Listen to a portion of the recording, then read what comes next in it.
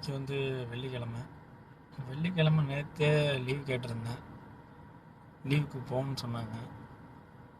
அதுக்கப்புறம் திடீர்னு ஃபோன் அடித்து போவேண்ணா வேலை இருக்குங்கிறாங்க. மாதத்தில் ஒரு 2 நாள் லீவுன்னு சொல்லி எடுத்தாங்க.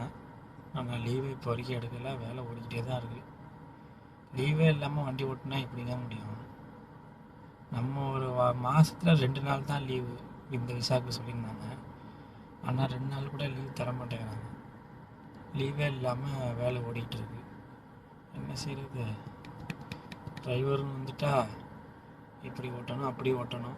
இப்படி அப்படி ஓட்டுறதெல்லாம் பெட்ரோல்லாம் குறையத்தான் செய்யும். பெட்ரோல் எப்படி குறையுதுன்னு கேட்குறாங்க. என்னத்தங்க சொல்கிறது? குவைத்தில் பெட்ரோல் வந்து அதிகமாக இருக்குங்க. குவைத்து இப்போ எதை நம்பி ஓடிக்கிட்டு இருக்கு? பெட்ரோல் நம்பி தான் ஓடிக்கிட்டு இருக்கு. ஆனால் அது பெட்ரோல்லாம் எப்படி குறையுது, எப்படி போகுதுன்னு என்கிட்ட கேட்குறாங்க. இந்த வண்டி பார்த்தீங்கன்னா பெரிய வண்டி, ஃபோர்ட் ஃப்ளெக்ஸ். இது ஏசி போட்டாலே அநியாயத்தை குடிக்குது. ஒரு நாளைக்கு நான் வந்து சராசரி பார்த்திங்கன்னா 100 கிலோமீட்டர் ஓட்டுறேன். 100 கிலோமீட்டர் ஓட்டுறேன்னு சொன்னால் இது வந்து ஹை ஸ்பீடு இன்ஜினு, அதாவது 8 சிலிண்டர் உள்ள வண்டி. இது எப்படியும் நம்ம இந்த அடிக்கிற வெயிலில் ஏசியை போட்டு ஓட்டுறேன்னு சொன்னால் குடிச்சிடும், பெட்ரோல் அநியாயம் குடிக்கும். ஆனால் இங்கே பெட்ரோல் வந்து மலிவு. அந்த பெட்ரோலு எப்படி குறையுதுன்னு கேட்குறாங்க. அதுக்கு நான் என்ன செய்ய முடியும்? அடிக்கடி பெட்ரோல் குறையிறத ரெக்கார்டு பண்ணிக்கிட்டா இருக்க முடியும். நான் என்னங்க செய்கிறது? டிரைவர்னு குவைத்துக்கு வந்தால் பல கஷ்டத்தை பார்க்கணும் உங்களுக்கு.